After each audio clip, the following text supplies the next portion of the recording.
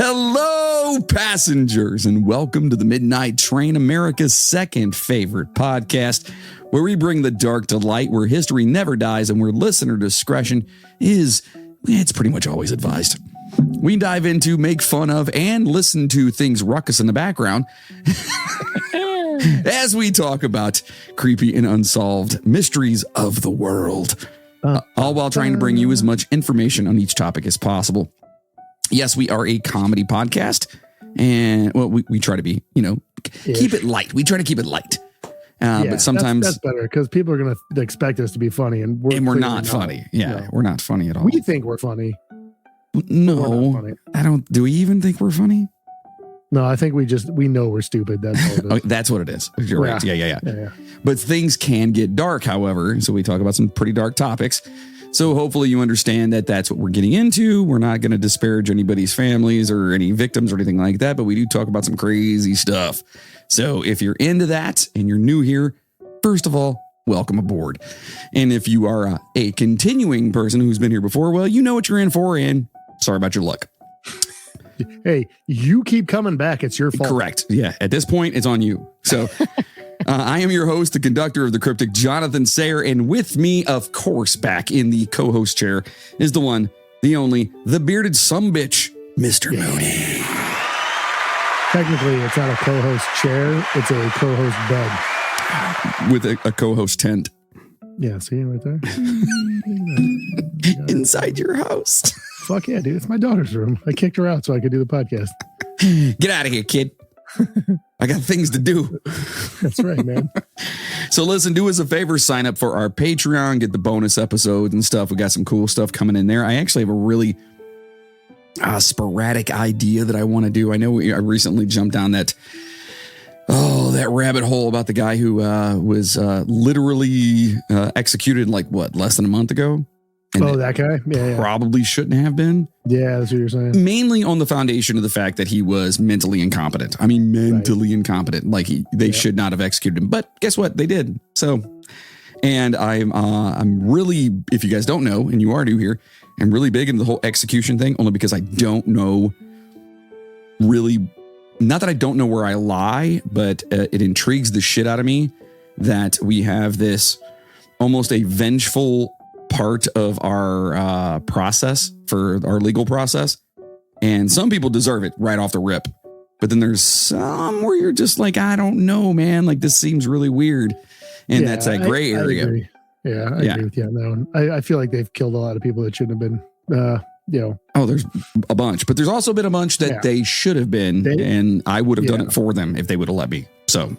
Well, and I mean, honestly, lately they've gotten a lot of people exonerated lately. They've got that whatever project or whatever that literally just that's what they do is they work on getting people exonerated because the evidence was shitty or whatever it was. And because DNA comes out eventually, new evidence comes out all the time.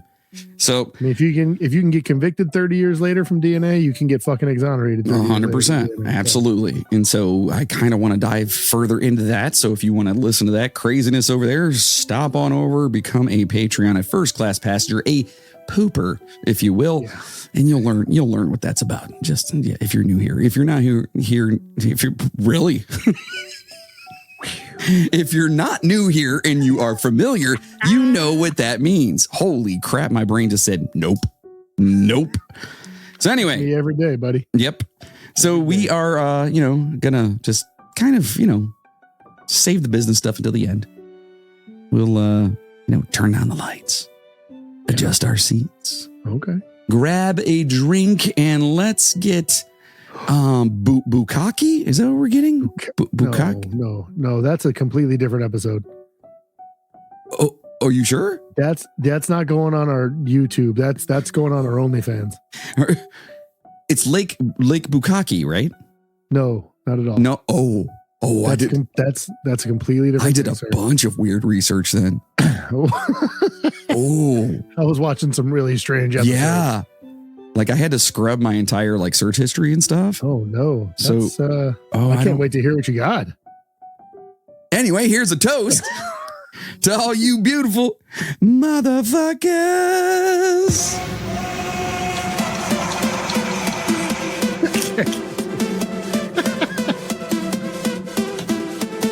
What you drinking, buddy? Ah, the old Michelob Ultra. All right. When did you become a woman? Oh, I don't even know what the fuck that is. It's called Creeper from Columbus. Well, I saw that. Columbus Brewing. It is, I think, 9.5%. It's an IPA, isn't it? Yeah. Oh, yeah. Like a double IPA. I'm starting off easy on the Ultra, Mick Ultra. So I want to ease my way into it. And then halfway through this, when I just stop giving a fuck, I'm going to drink some Creeper. Okay. I like it. All right. So listen. Lake Bukaki, right? It's not Lake Bukaki. No, it's not at all. There's no. How do you pronounce it again? It's Lake Baikal. Lake Baikal. Oh. Yeah. I was so off. You were a little bit. I was really looking forward to this episode because there's a lot of cool stuff involved in that. Like, I can imagine a lot of. Yeah. There's all kinds of. Let's just say it's a group effort. It's a group effort. It certainly is. It is. And if you don't know what that is, please do me a huge favor and go and Google that. At your work computer. You should at your work computer, 100%. Yes. And ask your boss to come over while you're doing it. Yeah. Yeah. Or your just, kids. You know what? Ask your boss to do it and you watch him do it. Yes. That's even better. That's even better. Yeah. All right. So, of course, hello to all of our beautiful listeners out there. And welcome to today's episode where we're not talking about Lake Bukaki. Have you ever been to a big lake? I've been to a sizable lakes before. I don't know if I've ever been to like a ginormous lake. Oh. But today What's the biggest lake you've ever been to? Oh. If you say Lake Erie, I'm going to punch you. No. I've been to all the lakes in around us. So like, Ontario, Huron and all that shit. I've been to all those. Yeah. I think that, no. I've been to Lake Mead in Vegas. That's not very big though, is it? It's not very big. Yeah. I don't know. I mean, it's sizable, but it's not like considered a big lake. Right? What makes a lake a big lake? Isn't Lake Mead the one from the Hoover Dam? That's Lake Mead, right? Yes, the one you're coming into behind the Hoover Dam, right? You're coming into Avon. You're coming into Vegas and you're circling around or whatever. You see the one big lake down there, and it just recently where all the water kind of like let go, and they found all the dead bodies. They found like all the bodies and like boats, and they found like a town and shit. Yeah. They found like Yeah. But did you see? Real quick, sorry. No, you're fine. Did you see that there's a lake in California somewhere that has come back? Like it's been gone, and because of all the rainwater and snow melt and everything, like it came back, and like essentially flooded like farms and crops and everything like that, because I guess it was like way back in the day, it was a lake. It was just a big fucking lake, and it was like apparently one of the biggest lakes in the United States at the time. Like back in the day, and then like it slowly it dried up, and they were like, it's not coming back. People started diverting the water and all that because it's kind of like in a deserty area, so they started diverting all the water for crops and stuff like that. So the people there fucked with the landscaping. Oh Shocking. No, that doesn't happen, right? Shocking. That doesn't happen often. Yeah. Well, California just fucks everything up. Anyway. California doesn't give a fuck. They care about California. That's it. And if you're living out there, listen, I love you guys, but I'm right. Just saying. You might as well be in your own country. So like the lake is coming back. I guess it came back and now it's starting to like recede again. But apparently like it came back and like all the natives in the area were like they went back out there and started doing like all their rituals and stuff that like their ancestors used to do by the lake and all that kind of shit. That's amazing. So it was really cool. Yeah. So do you know what the lake's called? They think it's going to dry up again probably. Lake Bukaki, right? No, it is not. That's again something completely different. Damn it. I can't think of the name off the top of my head. I'll have to look it up, but it's a really cool story to kind of read. I guess it kind of came back. This is like the first time in like 30 years that it's come back in any form. That's pretty awesome though. That's pretty cool. Every 30 or 50, I think it came back sometime in like the 60s and then like the early 20s or something like that. It came back a little bit. And it was wearing platform shoes when it came back. In the 60s. Yeah. It was bell bottoms and it was smoking weed. You've never seen a lake wearing bell bottoms and platform shoes, you're missing the fuck out. No, for sure. Yeah. And on a side note, did you get the chance to watch the eclipse? Oh, I did. Yeah, it was great. Yeah, it was pretty awesome. It was pretty badass. It was, I didn't really like it wasn't like something that I was like, oh, this is gonna be fun. But like it's definitely like a once in a lifetime opportunity, unless you feel like traveling, you know, somewhere. Because like the next one's gonna be in like 4 years. But it's like, well, you have to go to like Greenland to fucking see it. The next full eclipse where we're at is going to be in 2099. Yeah, it's something ridiculous. So, like and I'll be dead way before. I'm going to say I don't think I'll be there for that, but I hope I'm not. Unless I can wipe my own ass. If I can wipe my own ass, I'm cool. We'll just keep going.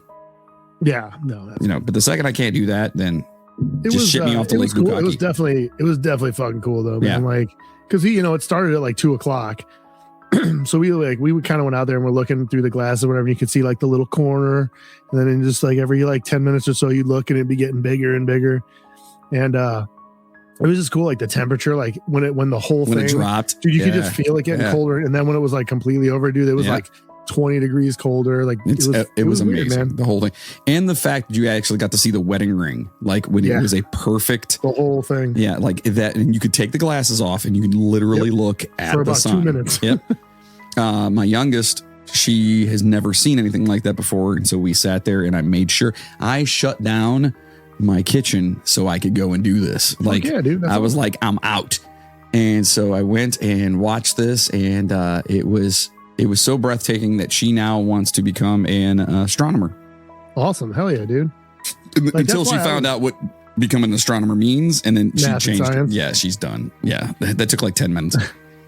My that was the other reason I was like excited for, was just because my kids were super excited, and it's always cool when they get into something. Yeah, like because they haven't seen anything like that, you know. No. Like that, it's amazing. We've technically never seen a full total eclipse. What was it, a couple of years ago? There was like that partial you could kind of see. Like that was it. I've seen 2 partials since I've been on this earth, and that was the first one that was just like, oh boy, that was sweet, man. Yeah, like, dude, like the birds were acting all weird and shit. It was, I don't know, it was really cool. It was really cool. I feel bad, like in Texas, like they were in the path, and it was like fucking thunderstorming all day and shit. It was like all cloudy. No way. And I guess Buffalo was the same. Like they were supposed to get a good shot of it, and it was like just overcast all day. Like people couldn't really see it. So we got lucky, because when I woke up yesterday and went to work, it was fucking like, or Monday, it was like rainy and fucking, it was bad. I was like, oh, dude. I'm like, that's about right for Cleveland though, right? Like we're gonna be in the middle of this big thing, and then like it was a little overcast, but not like too crazy. Dude, it was out here. There was not a cloud in the fucking sky. Yeah, it was a little overcast here. Yeah. But well, I would really like to know what our listeners, where they were. Yeah, dude. I want to know, because listen, for posterity's sakes, prosperity, you know what I mean? Let us know where you were when that happened, the 2024 eclipse, the eclipse. I want to know where you guys were at. So send us emails, hit us up on all the socials. I want to know where you guys were, because I'm a total dork. Dude, if you guys got pictures, man. Yeah. Dude. I'll post those all over. I've been seeing so many cool pictures. Yeah, I'll post those all over. All right. Anyway, sorry, nerded out there for a second. So today we are going to learn about one of the biggest lakes in the entire world. Wow. It is not Lake Bukaki. No, that's the second biggest lake. But it takes a while to make it that big. It does. They're still working on it. Jesus Christ. Hold on.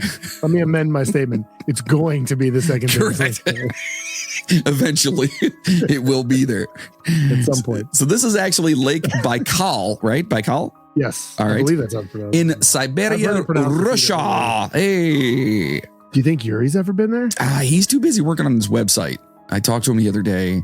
He's got spaceropes.com coming out. Really? Yeah, and he's going to start selling. He's working on Space Rope. The last time I talked to him, he's just like, dude, leave me alone. And I'm just like, all right, buddy, we would like to have you back on the show, but he just refuses. That's crazy. Dude. You know what though? Good for him, man. Yeah, he's found something he's into. He's found something. I don't think he knew the internet actually existed until recently, and now he's like, what the fuck is the internet? Yeah, now I can actually sell stuff. So yeah, that's what he's doing. Dude, I'm gonna have to get on there and buy me some space rope. Yeah, everyone needs some space rope. So, and he did say to let everyone know that probably here within the next like month or so, spaceropes.com will be available. No kidding. Yeah, I don't know what's going to be on there. I have no idea. I'm just letting you guys know. Okay. So we're going to explore the lake's interesting history and the strange tales surrounding it. In particular, we will be discussing the Lake Baikal not Bukaki, swimmers and other stories from this great lake. Lake Bukaki's got some swimmers too.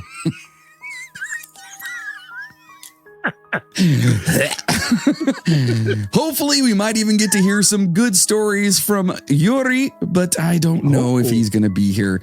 So let's sit back, relax, and enjoy this crazy tale because this is a big ass lake.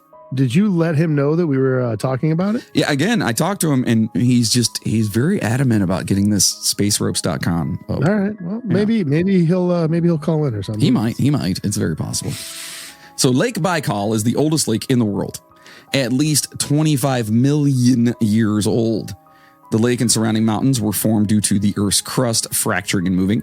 It is believed that the lake was originally a reverbed. Is that right? Mm-hmm. But tremors and fractures in the Earth's crust increased the size and widened the space between the shores. Does it say, wait, what does it say? Reverbed? Reverbed. Riverbed. Riverbed? Is that supposed to be riverbed? Jesus Christ. You wrote that. Fucking hell, dude. It's First of all, I want to say that reverbed and riverbed are pretty similar. I'm just No, they're not. Riverbed has an I, reverb has an E. It's one word right now. That's all I know. Riverbed, damn it. Look, riverbed I think is one word, so it is riverbed one word? I don't know. I'm looking right now just because I don't want to be the asshole right now. So I'm just the idiot and mispronounced it. I misread it, is what you're saying? No, I could be wrong. I'm just trying to. Originally, I said reverb. I was like, that doesn't sound right, but if it's on there, that's all right. A riverbed, okay, but it increased the size and widened the space between the shores. It looks like it could go either way. It could be one word or two words. Okay, obviously, either way, I'm an idiot. So, different parts of the Baikal Basin were formed during the Tertiary period, which was 66 million to 2.6 million years ago, and melting glaciers increased the water levels. Okay, that's kind of pretty much how all lakes kind of came to be back in the day. That's what the scientists will tell you, but later on, we'll hear some better theories about how the lake formed. Oh, I can't wait.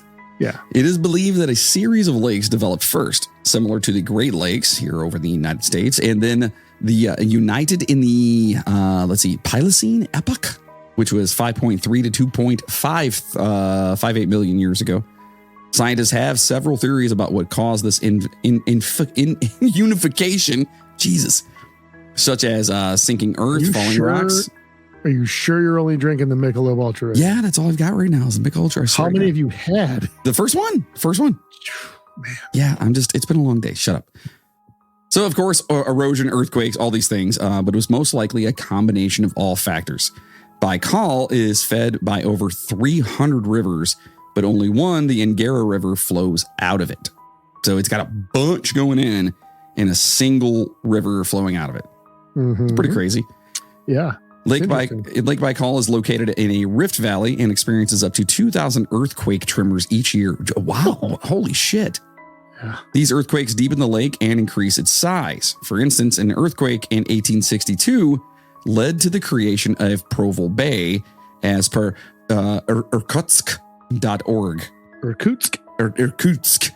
Something like that, yeah. Irkutsk. So 1862, they had an earthquake, and it just basically opened up the lake even further. Yeah, basically, there's now a bay there because of that. That is crazy. Yeah, it's pretty cool. So Lake Baikal, of course, like as we said, located in Russia, is a site of great significance due to its unique geological and ecological features. The shores of the lake drift apart by 2 centimeters annually. Okay, so each year, only 2 centimeters. Which is the same rate at which Africa... Kind of a lot, though, if you think about it.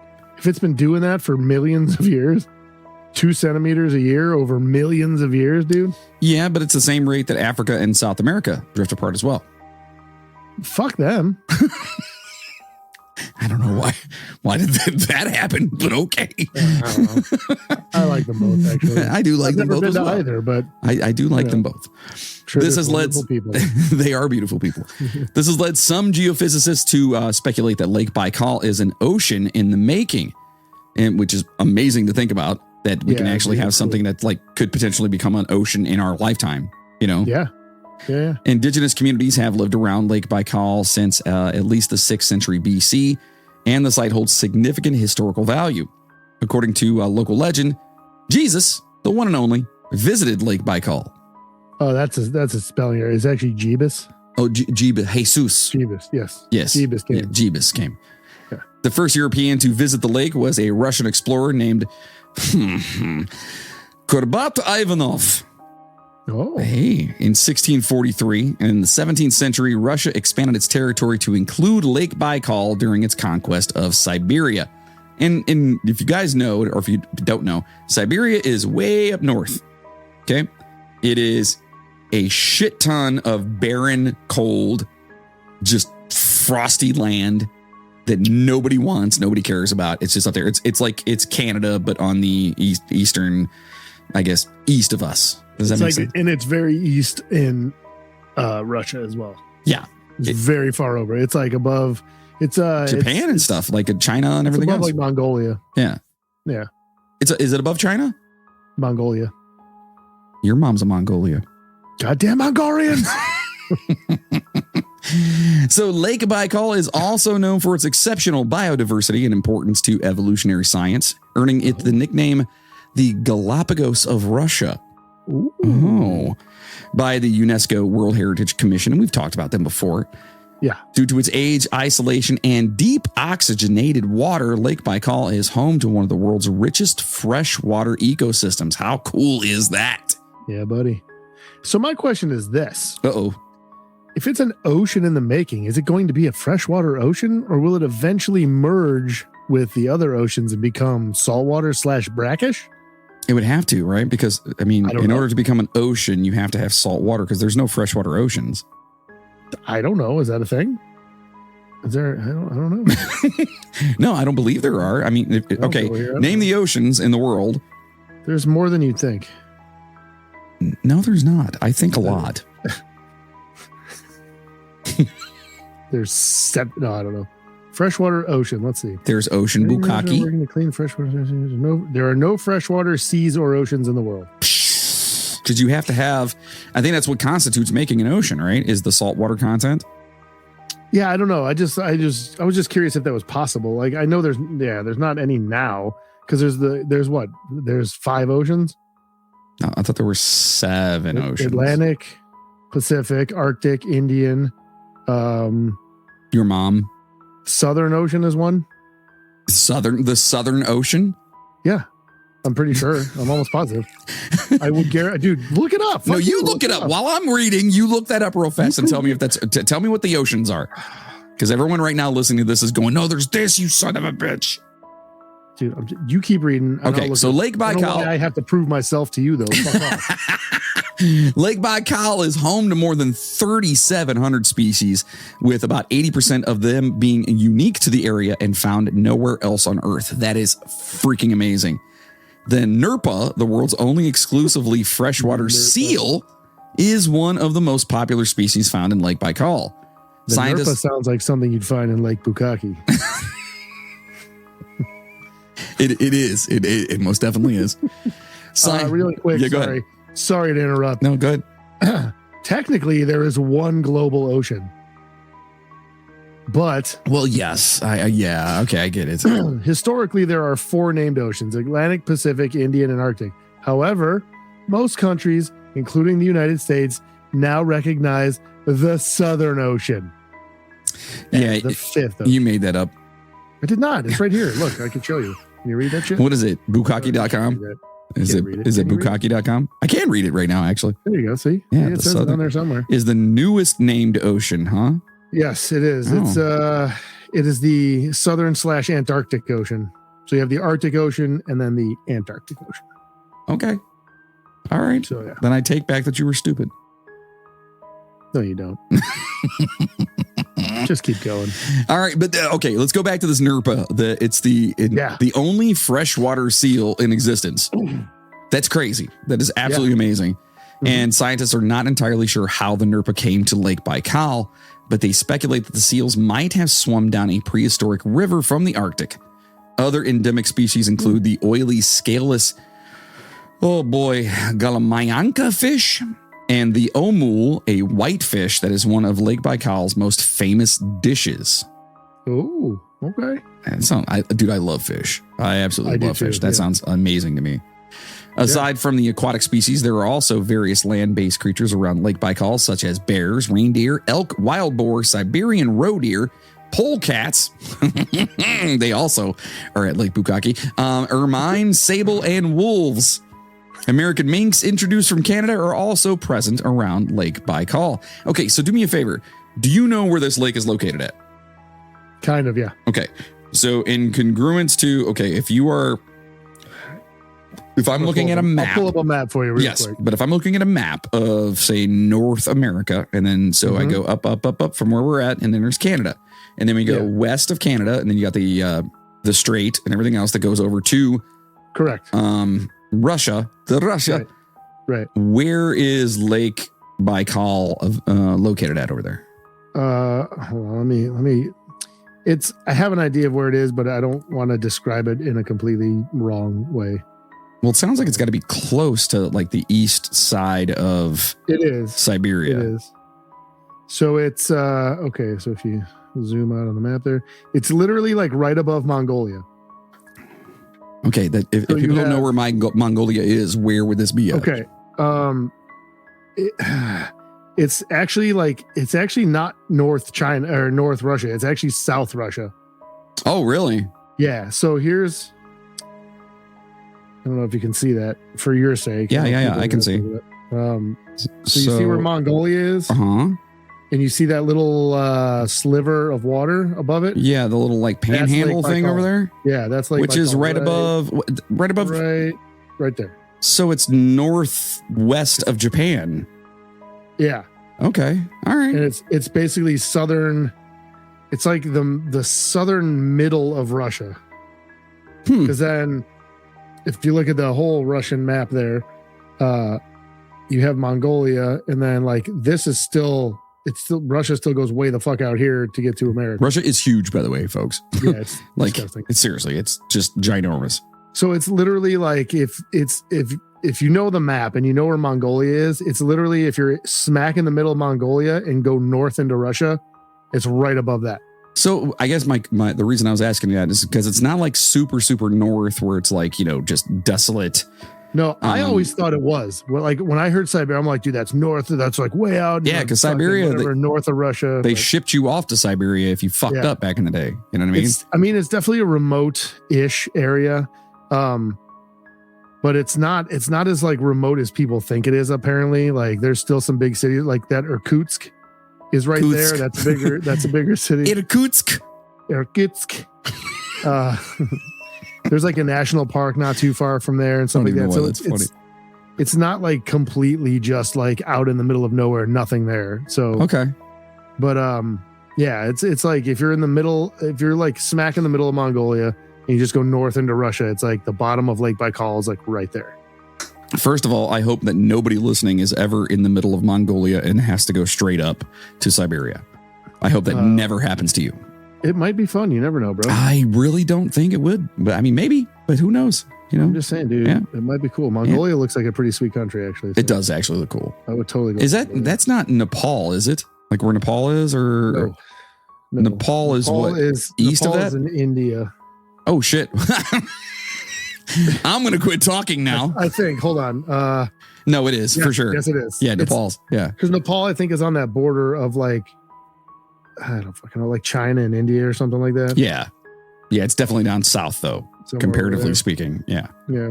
And we're not geography majors. Correct. Not at all. So over 50 types of fish live in Lake Baikal with diverse aquatic invertebrate species, such as over 100 species of flatworms, more than 700 species of arthropods. Like flatworms are gross. They are disgusting. They'll get in your body and they'll fuck you up. They also with the arachnids and crustaceans. And over 170 species of mollusks. Oh, mollusks. Yeah. That, if you're curious, is why the lake is so clean. Yeah, because they clean it out. The mollusks. They're on the bottom. Like mussels and stuff like that. Dude, they filter all the water. Yeah. And 170 species. That's crazy to think about. So I think it talks about like how clean the water is and shit in here a little bit, but it's like literally like you go down hundreds and hundreds and thousands of feet and it's fucking crystal clear. That's so cool. Yeah. I would never go down hundreds of feet of water, but I would watch you do it. Okay, cool. I'm in. Not If you doing could it. cram me into one of those fucking subs. Yeah, I'm good. So all these invertebrates. There's not that one like that. Not the one with the Sony. Oof. The Xbox controller. Oh my God. I know Sony and Xbox are two different things, folks. All right. Anyway. So all these invertebrates contribute to the purification of the water. Very good. So Lake Baikal is a stunning natural wonder that boasts a rich variety of tree species, including cedar, fir, and spruce, which have all been thriving in the area for centuries. Okay. Some of these trees have been around for up to 800 years, adding to the beauty and history of the region. Among the native tree species is the Angara pine tree, which is well known for its unique characteristics and plays an essential role in the ecosystem of the area. So it almost sounds like this lake was like if you were to take the best of everything to make this a perfect place, everything's there for that. Yeah. You know what I mean? Awesome. Like it just sounds, it sounds amazing. And then people come along. Fuck everything up. Yep, that's what happens. So despite its natural splendor, Lake Baikal is under threat due to several factors, including increased industrialization and tourism in the surrounding regions, aka people. Climate change is also posing a severe threat to the area's ecosystem, which with changes in water temperatures and ice cover already being observed as reported in Bioscience. Okay, so now let's talk real fast about this. It says ice cover being observed. So, dude, the crazy thing is this lake is so goddamn huge and big and deep, and it like completely freezes over every year. That's because where it's located at, like longitudinally, right? Is it longitudinally? Yeah. Yeah, sure. We'll go with that. So, and everyone is sitting there going, and right now, if you're that type of person, you're going, okay, if we have, if the earth is warming and we have global warming or whatever, then why is this lake getting extra ice cover or whatever? It's because global warming is not what everyone thinks it is, that the whole earth is just becoming hotter than what it is. What it is that places that used to be not as hot are becoming hotter, but a lot of places that used to be warmer are becoming a lot colder. We are shifting on our axis as the planet is kind of tending to do.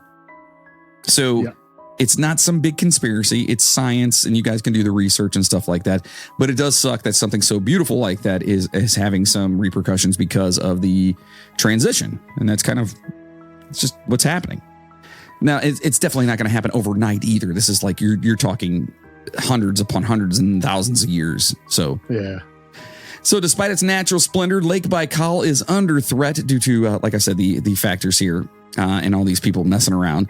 So environmental expert Kastner has highlighted several dangers that Lake Baikal is facing, with the most pressing being the, quote, huge problem with algae on the lake and the government failure to develop an adequate response to it, end quote. So he's saying there's an algae there and you guys aren't fixing this thing. And this lake is massive. It is so big. Like, we haven't even discussed like how many square, like how much it covers. Right. Like is that not in there? No, we don't have that in here yet. Oh. Like it is. Is it in there at all? Did I put that in there? I swear I put that in there. I don't have that yet. We might come up to it here soon. Okay. But I don't have that here. I will get that information. I thought I put that in there, man. Yeah, it is. But it's huge. I mean, it's huge. Huge. It's absolutely huge. Speaking of Bukaki. Anyway, sorry. So they're saying like there's a lot of algae coming and they have to fix this shit. So although massive green algae blooms are common in other bodies of water like the Great Lakes, Russian scientists initially believed that Lake Baikal was too large to be affected by that algae. However, since around 2008, the Spirogyra algae blooms have appeared on the lake's bottom, causing concerns among experts. So the algae blooms are typically found in shallow waters and emit a foul smell when they wash up on shore, gross, posing a significant threat to the area's natural beauty and ecology. And usually algae forms and then you have things that eat the algae and it's kind of like the circle of life, But if you have too much algae and not enough of the creatures that are able to consume and help get rid of that algae, then it becomes a disgusting mess. Do you want the size? Yeah. Uh-huh. So the God damn it. The catchment area, I'm not sure exactly what that is 206. I assume that's like, I don't know if that's surface area or what. Is 216,000 square miles. Holy shit. The max That's got to be the length, surface area, right? The max, yeah, that's what I'm thinking. The max length from one end to the other, 395 miles. The max width, 49 miles. Holy balls. Oh, wait, here, surface area. Okay. The surface area is 12,248 square miles. Oh. The average depth is 407 fathoms. Okay. Yeah, of course I know what that means. Which, for those of you that are stupid, is 2,442 feet. Okay. That's the average depth. 2,442 feet. That's deep. The deepest part of the lake is 5,387 feet deep. So about a mile deep. That's big, dude. Holy, that's why they say that it's probably turning into an ocean. Like water volume, 5,660 cubic miles. That is ginormous. There is 1,300 miles of shore length. God damn, dude. It's pretty crazy, dude. So now, keep in mind too, when they said that this thing's like possibly going to be turning into an ocean, it's like, I don't want to say it's in the center of like where Russia and stuff is, but it's pretty damn close in the center there. Yeah. So it's going to be interesting to see what happens. Yeah. God, it is the largest freshwater lake by volume, containing, contains 22 to 23% of the world's fresh water. What? It says, 22 to 23% of the world's fresh surface water. So of all the lakes and whatever fresh water on the earth, like on the earth, is 22%. That lake is the one that has more water than all of the Great Lakes combined. That's a huge bitch. Yeah.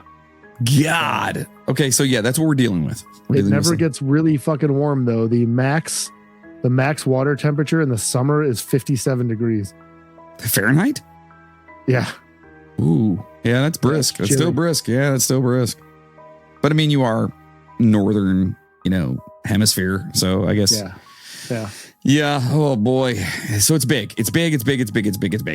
It's a large lake. Yeah. So the algae blooms are typically found in shallow waters and emit a foul smell, and they don't want that stuff coming there it's weird that it's normally in shallow waters when you have something as deep as this ocean is.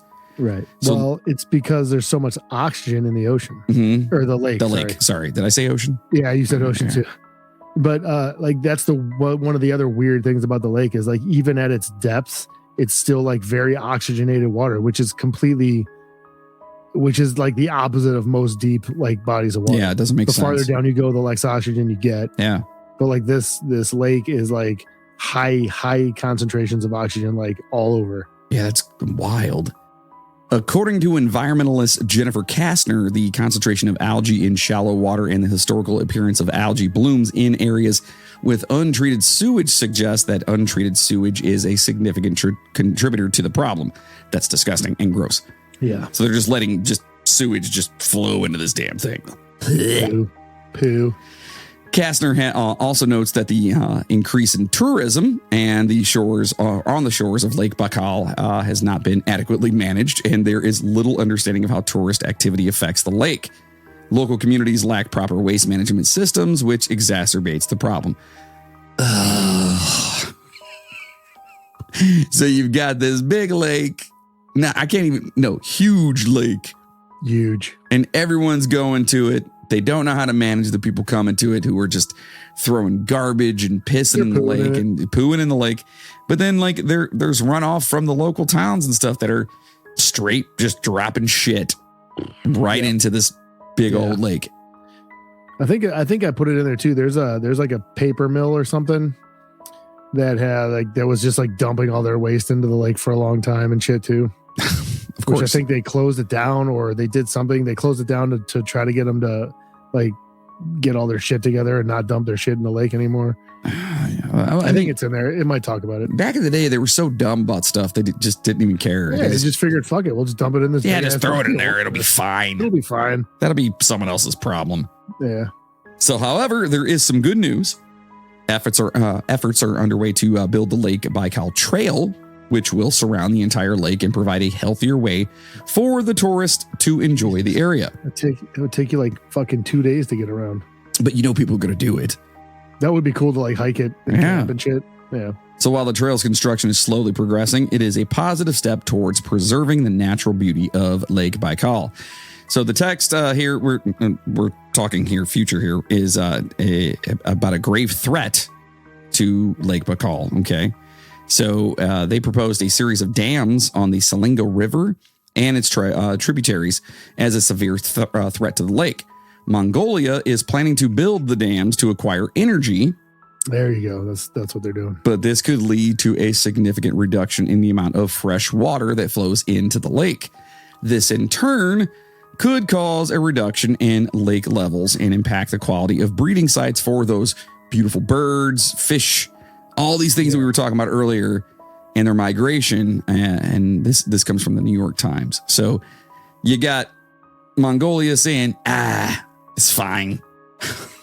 We're just going to take some water. Fine. So Mongolia must at least own half of this lake, right? It looked like it was all in Russia, so I don't know.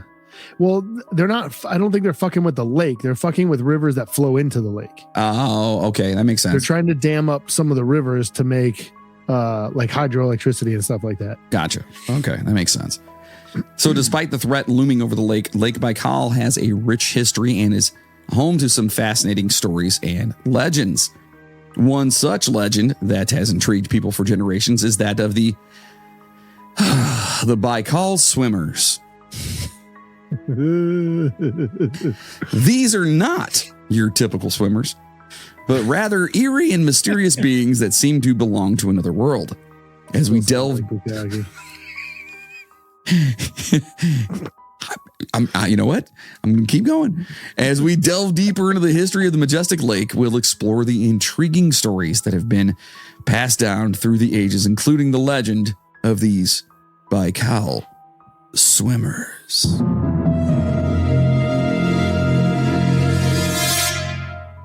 In the midst of the Cold War in 1982, which, what year were you born, Moody? I was 2 years old at that point. I was born in 1980. Okay. The Soviet Union constructed a naval research base near the famous Lake Baikal in their quest for scientific and military innovation. It was during this time that a team of divers, they were sent out to explore the deepest parts of the lake, but they were ill prepared for what they were about to encounter. All kinds of Bukaki. I'm just kidding. That's not true. Lots of unwanted swimmers. In their eyes, in their hair.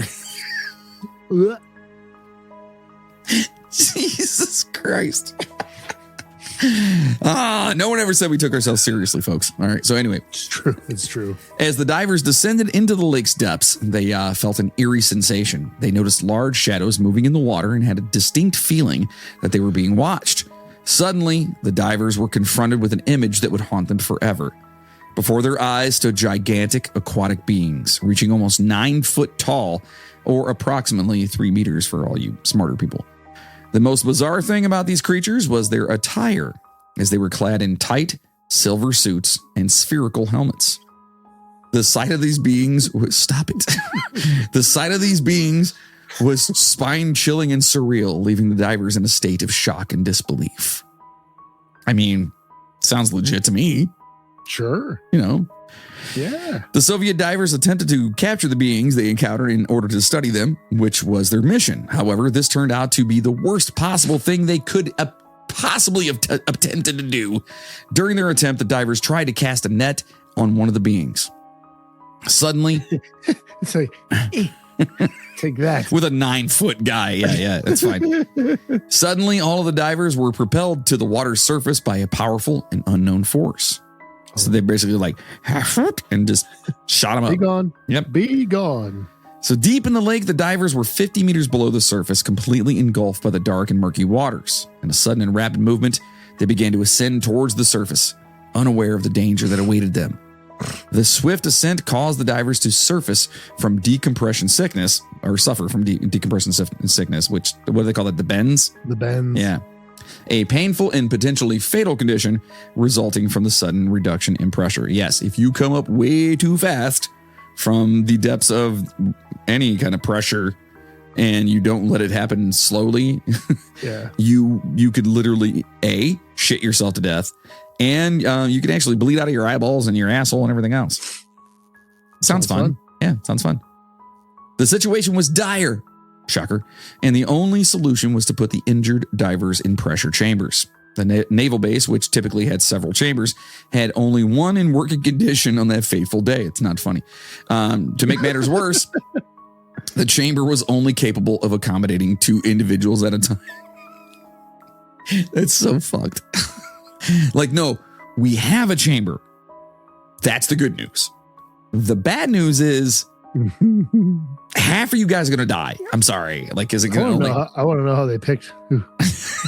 Straws. Matches. Meeny, miny, no. Sorry, dude. You're out. So despite the odds, the commander was determined to save as many lives as possible. He made the difficult decision to force 4 men into the chamber. So remember, it was only supposed to be for 2 people, knowing that it was their only hope for survival. Unfortunately, the 3 divers who were left outside the chamber were not as fortunate. They succumbed to their injuries on the beach, while the 4 men in the chamber were left with severe injuries that would haunt them for the rest of their lives. So 3 of those motherfuckers, they gone. When the classified Soviet documents were made public, one of the incidents that drew a lot of attention was the mysterious event that took place in Lake Baikal. What happened to these folks? The incident was covered extensively in serious Russian socio-political publications like the Federation newspaper, which is a government media, which is scary as fuck considering it's coming from Russia. Mm-hmm. Interestingly, there were no official denials or comments from the Ministry of Defense or of the now Russian Federation on this event. So did they not know what was going on, or?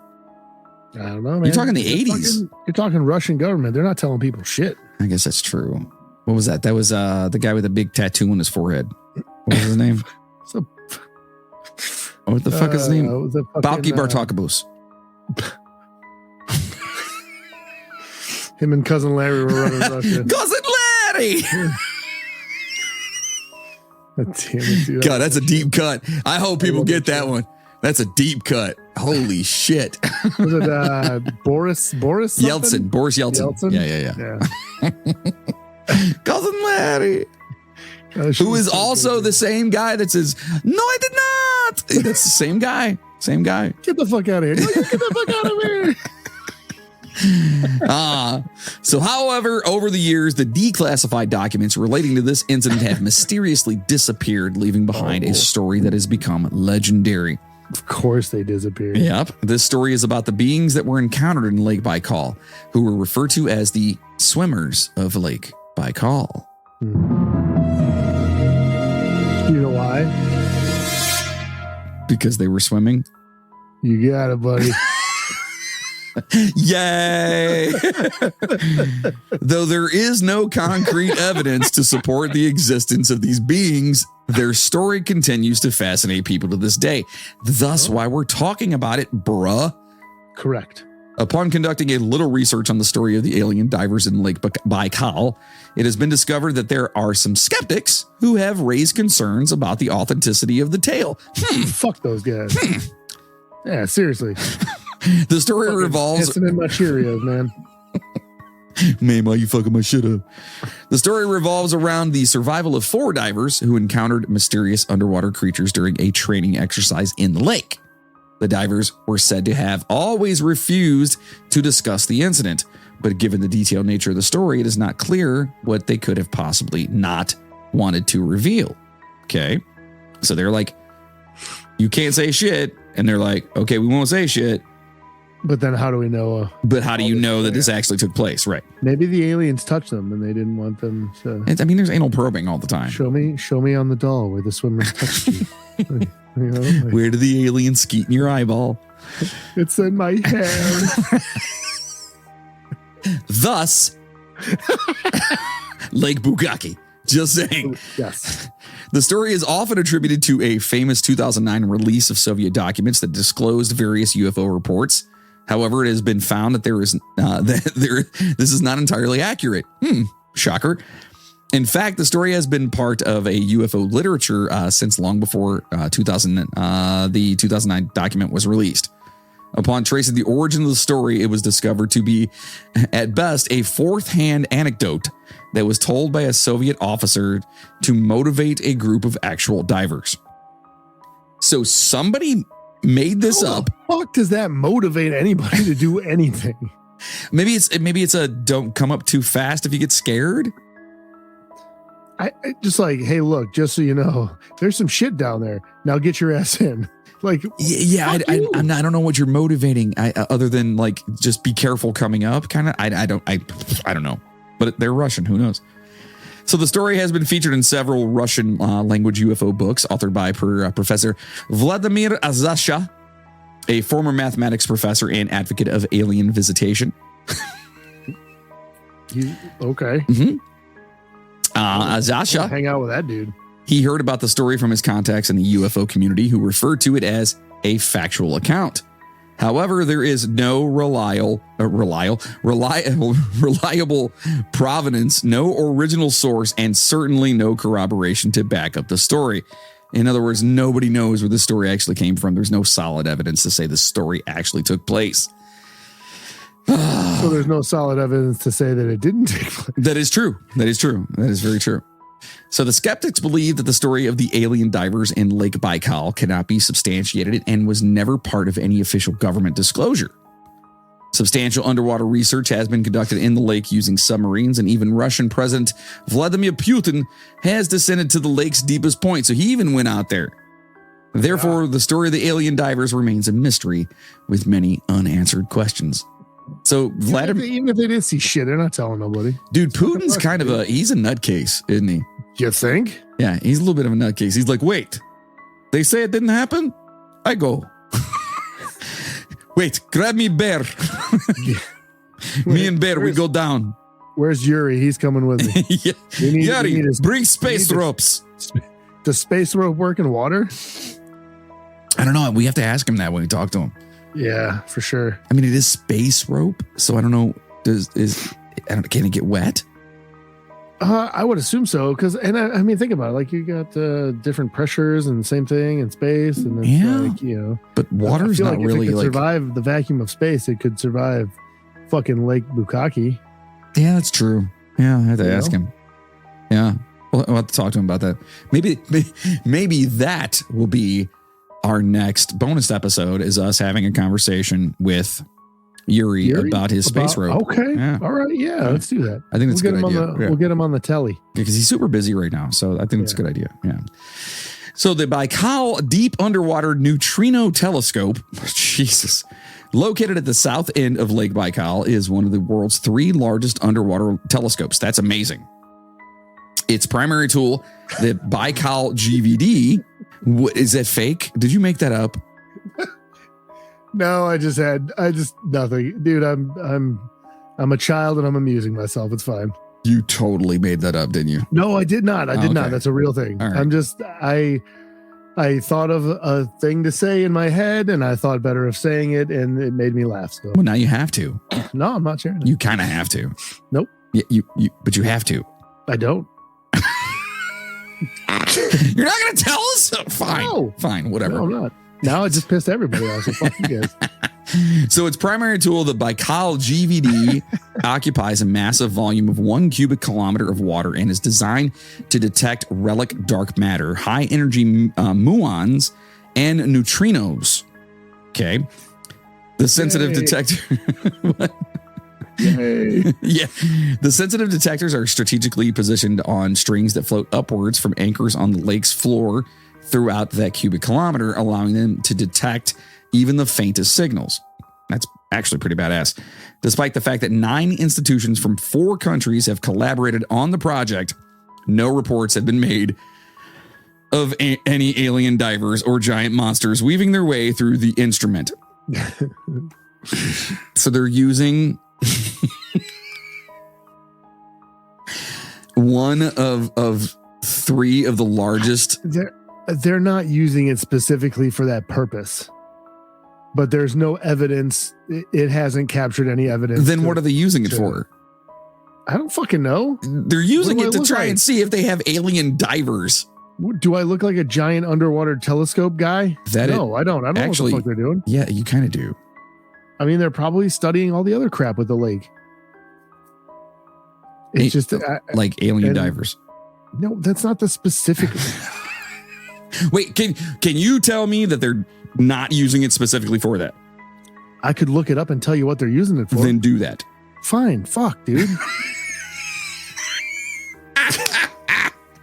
However, there have been some skeptics who have attempted to disprove the stories that divers have shared about what they have seen in the lake.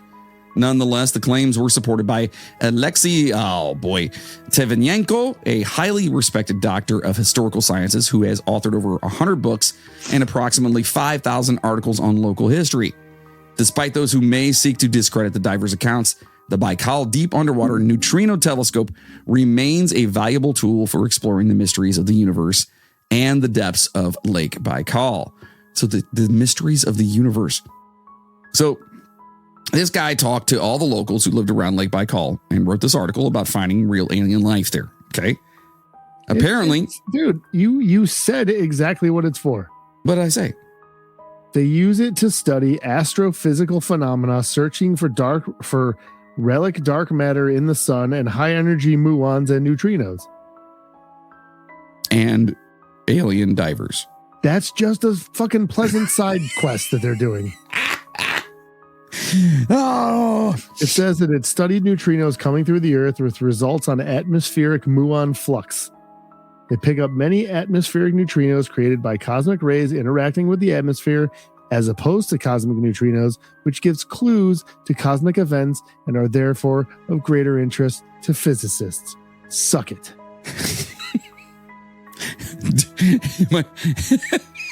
I don't know if I should be upset or if I should be like, okay, I don't know where I'm at on this one. Hold on, wait.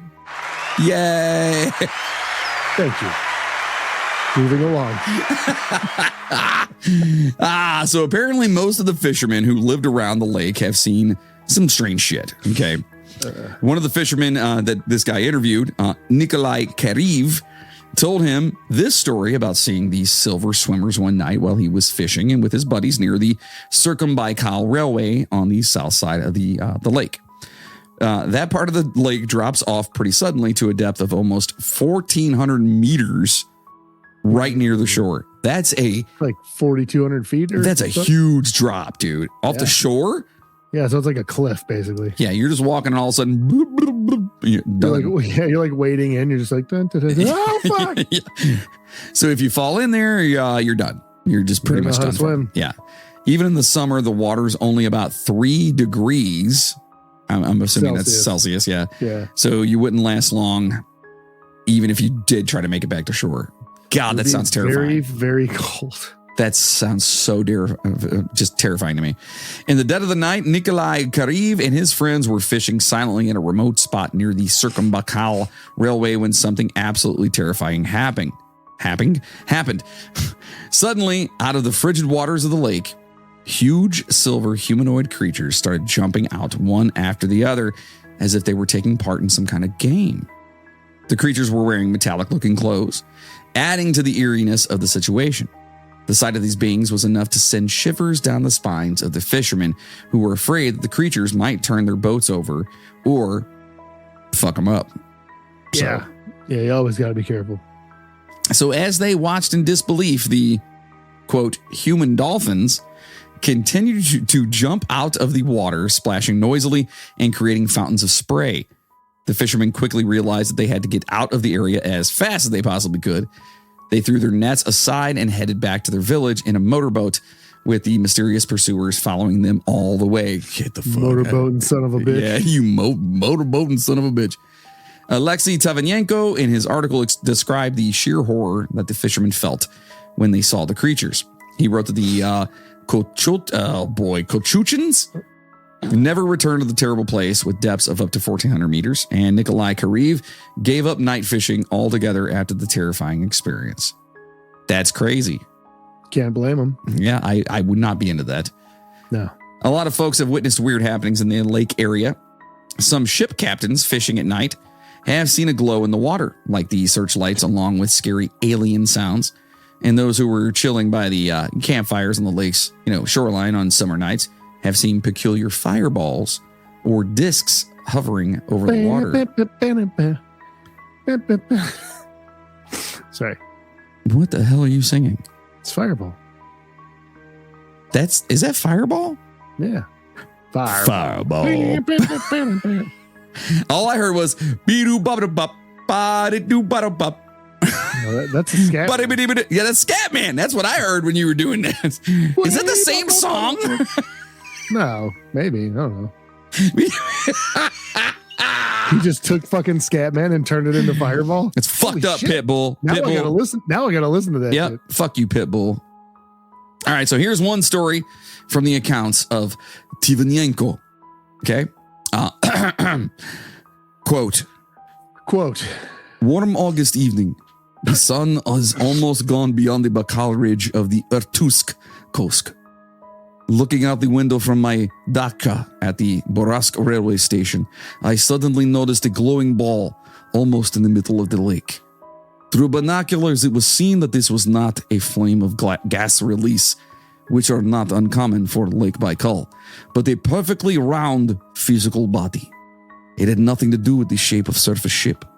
On the waves raised by the wind, it held on tightly and confidently did not drift anywhere. When it got dark, its lower base began to appear, like a sudden but underwater ball. I attributed this vision to the reflection of a floating luminous apparatus. End quote. Okay. So he saw floating balls, is what he's saying, right? Again, like Bukaki.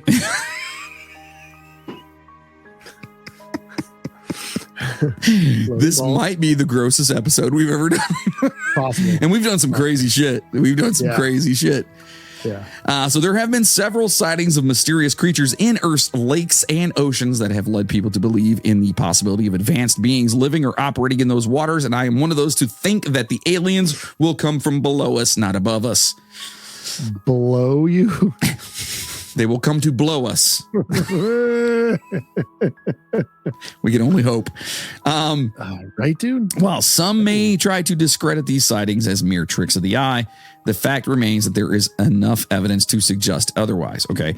And dude, just look at a freaking octopus, man. That is the craziest creature on the face of Earth. Now that you say that, I read an article recently that some guys did a study on octopus, and apparently they published a story, like a research paper or something like that, claiming that that octopuses are actually aliens.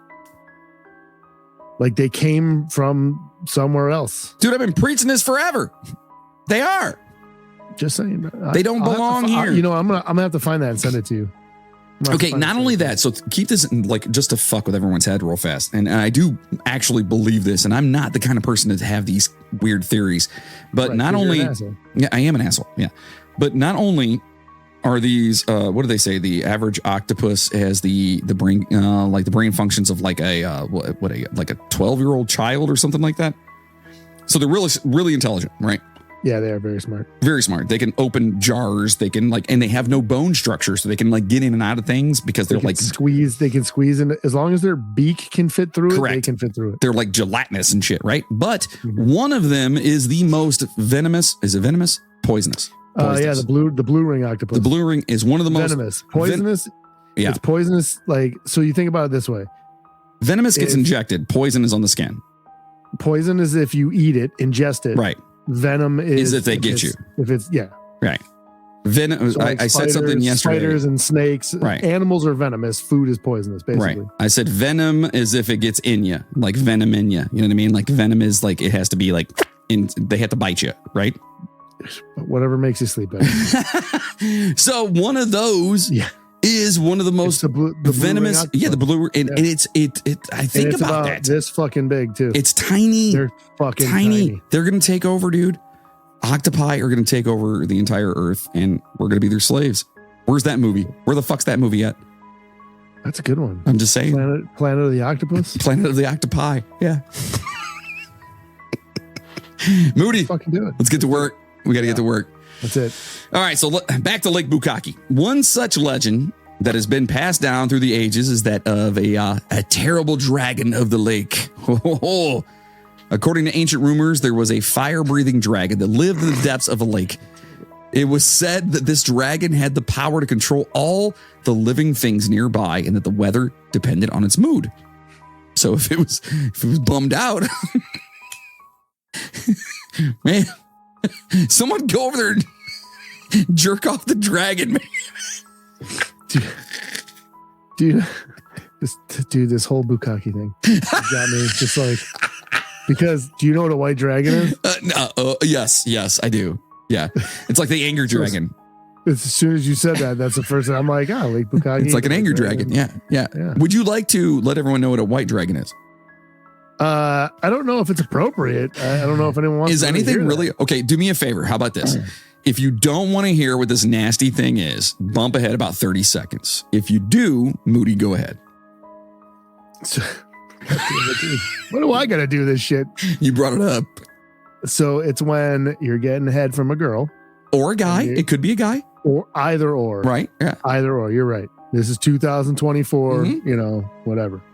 You're just getting head as a male. You were getting head. Blowing you. You're getting fellatio. Correct. Somebody or something is blowing you. Mm-hmm. And just as you're about to finish, you take the back of their head and you jam it up there, down their throat. And then as you're finishing, you punch them in the stomach so it comes out their nose. Now, the anger dragon is the exact same thing, except before you punch them in the stomach, you punch them in the nose. So therefore, it's red as it's coming out of. Yeah. And that, my friends, are we. That's why we're only the second most popular podcast. Yes. That right there is why we are fucking disgusting. Where were we? What are we talking about? So whether it was sunny or cloudy, whether the year was fruitful or not, it all depended on the dragon and how he felt. Okay? This dragon, not the one we were talking about. Legend says that when the stars were first born in the sky and the sun began to illuminate the planet, a golden chariot carrying a great fire dragon descended the earth. The dragon struck the earth with its mighty tail, and the sharp rocks parted, forming a deep cleft. It then struck its tail a second time, and the ice melted, filling the cleft with pure water.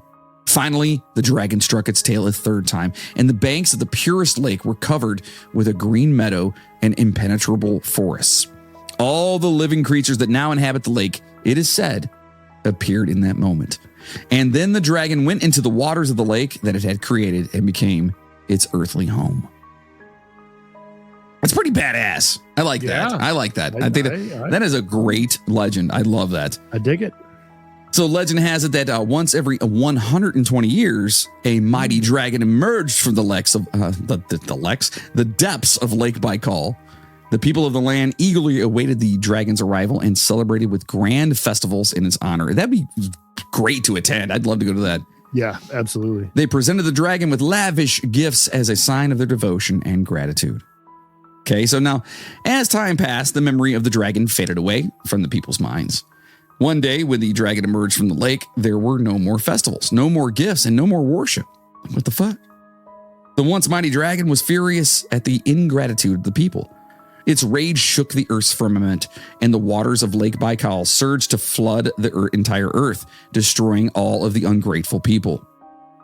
The dragon's wrath left behind only a few survivors who knew nothing of the dragon or of the disaster that had befallen their ancestors. So wait a minute. Is this another giant flood story? It sounds like it. Yeah. Interesting. There's a lot of those out there. Yeah. So the image of the dragon was engraved on the white marble of Shaman's Rock, where it still is a white stands. dragon. Yeah. Well, it's a dragon on white marble, so I guess it is. Yes, you're right.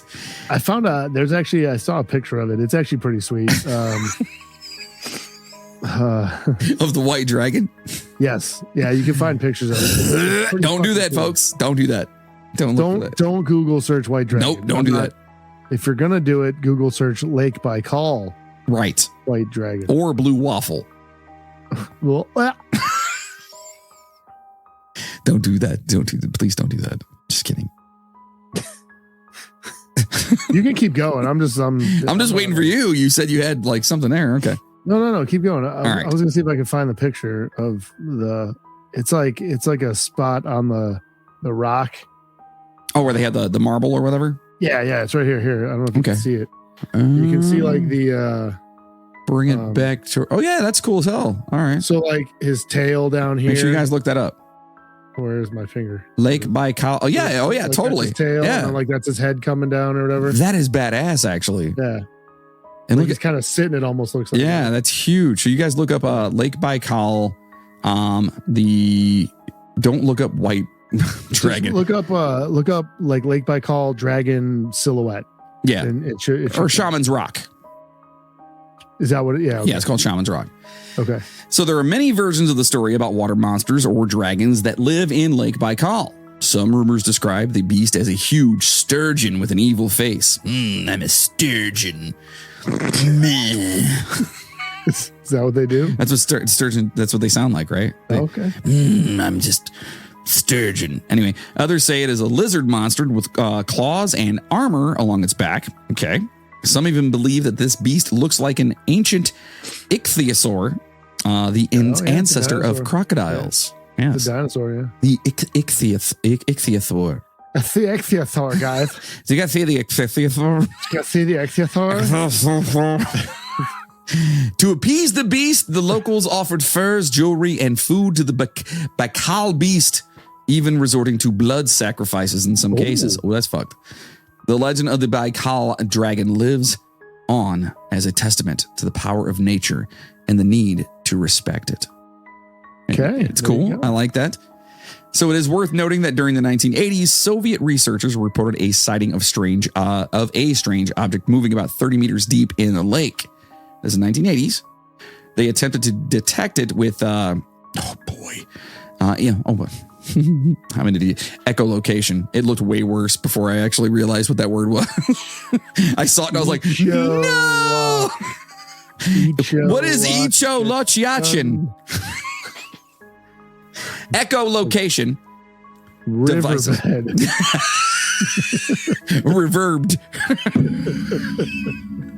Reverbed riverbeds. Shit. Anyway, so they had these echolocation devices, but they couldn't determine what was down there. Okay.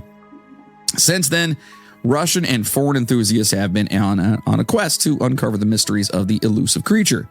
Occasionally, social media platforms are flooded with photos of blurry spots, with some claiming that they found something, but you know how that goes. So interestingly, there are also tales of ghostly horsemen that can be seen appearing out of the fog on the lake. Oh, which is kind of crazy. According to sweet, actually. I mean, yeah, but they're on the lake, so I don't know. That kind of makes, I don't know. It makes it worse for me.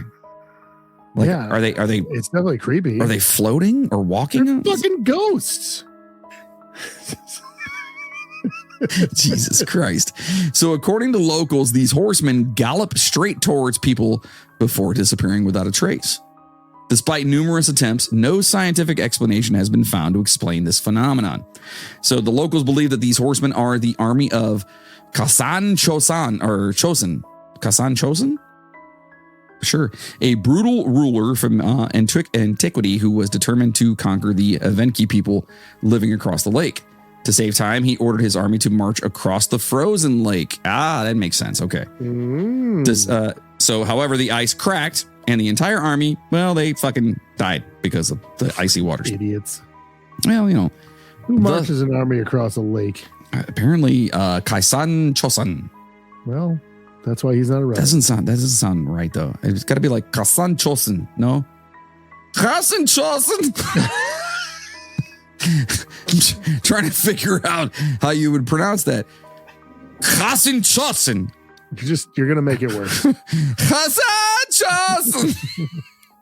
Kaisan Chosan. No, okay. So thus the horsemen that people have been seeing are believed to be restless spirits of those unfortunate warriors that were trying to cross the lake and are still trying to cross the lake. Okay. So here's my question. I wonder if they ever, did it say that was like a real thing that happened, or is that like just a story? What, the guy they were trying to get across the lake. Let's see. It says, according to locals. Okay. So if that was a real thing, they should be able to find like horse bones and peoples down there, right? Yeah, but it's deep. It's deep. Remember that? They've been to the bottom, bro. Of Lake. Fucking Putin went himself. To Lake Bukaki. Yes, he did. If Putin can do it, anyone can do it. That is true. I say that, but he's probably way tougher than I am. So he has fought bears and shit. He's ridden a bear. Yeah, he plays hockey too. Yeah. He's also, crazy. So we'll just put it that way. That's true. Yeah. But he is a badass of a human being as far as I wonder if anybody actually being a man. like, that's all I'm saying. Like he's manly. Like Yeah, sure. I mean, he's whatever. Yeah. He looks like an idiot though. Yeah, I'd punch him in his throat. He looks like a Muppet. Yeah. Yeah. I would just throw a rock at the other direction and run away from him, and he would be like, that's what I feel. Maybe. Yeah. Maybe not. At any rate, I wonder if anybody has actually like looked for like those soldiers, or if that's something that's documented that actually happened. Who knows? That's what I mean. Like if that's like, or even if it's not, like if it's just like a legend, like the locals are like, no, this happened. It was whatever. Like, I wonder if anybody actually went down there to try to figure out if it was really, really happening. Because if they go down there and they find a bunch of horse skeletons and shit, like that would be proof that this actually happened. But I'm sure you're going to find like, like 50 horse skeletons just hanging out at the bottom of the lake?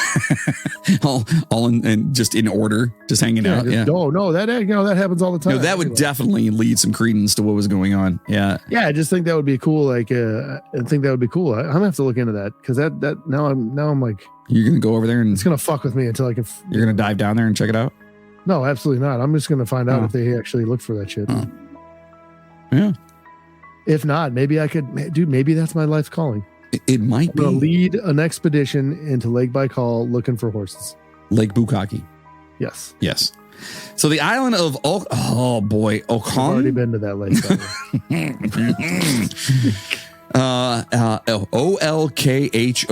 Olkhon.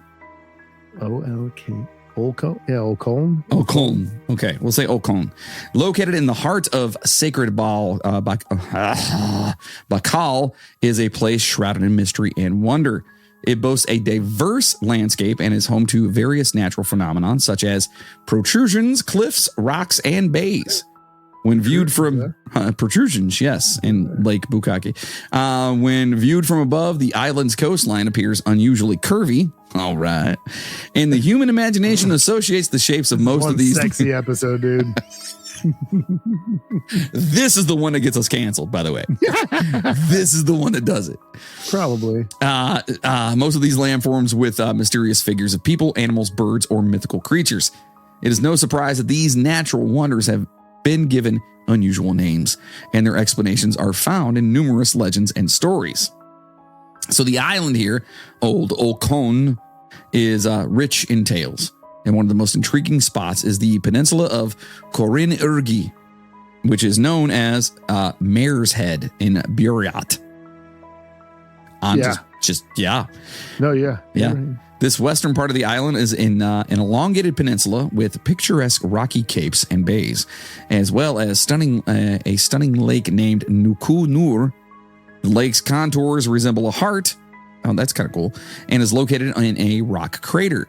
The lake is particularly outstanding due to its unique shape and the captivating natural beauty of its surroundings. That's kind of neat, though. Like it's a rock crater that's shaped like a heart. Yeah. That's pretty wild. Overall, the island of Okon is a place of immense natural beauty, rich history, and fascinating legends. It is truly a remarkable place to visit for those seeking to explore the world's hidden gems. The westernmost edge of Okon Peninsula is marked by a striking landmark known as the Mare's Head, like we mentioned. It's actually a solitary rock formation that is separated from the main part of the peninsula and is separated from Okon by a steep crevice. Some locals believe that the rock formation resembles the head of a floating horse, while others see it as the skull of a massive predatory animal.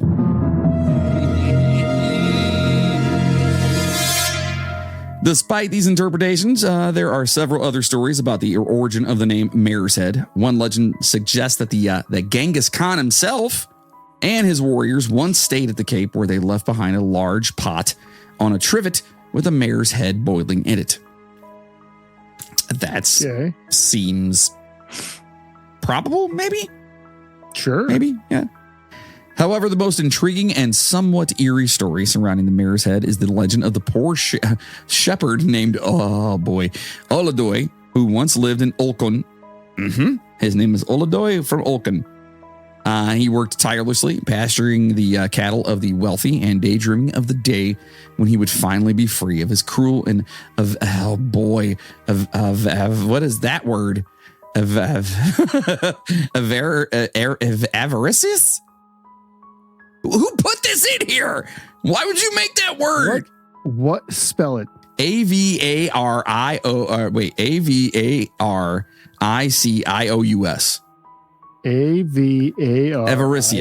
Avaricious.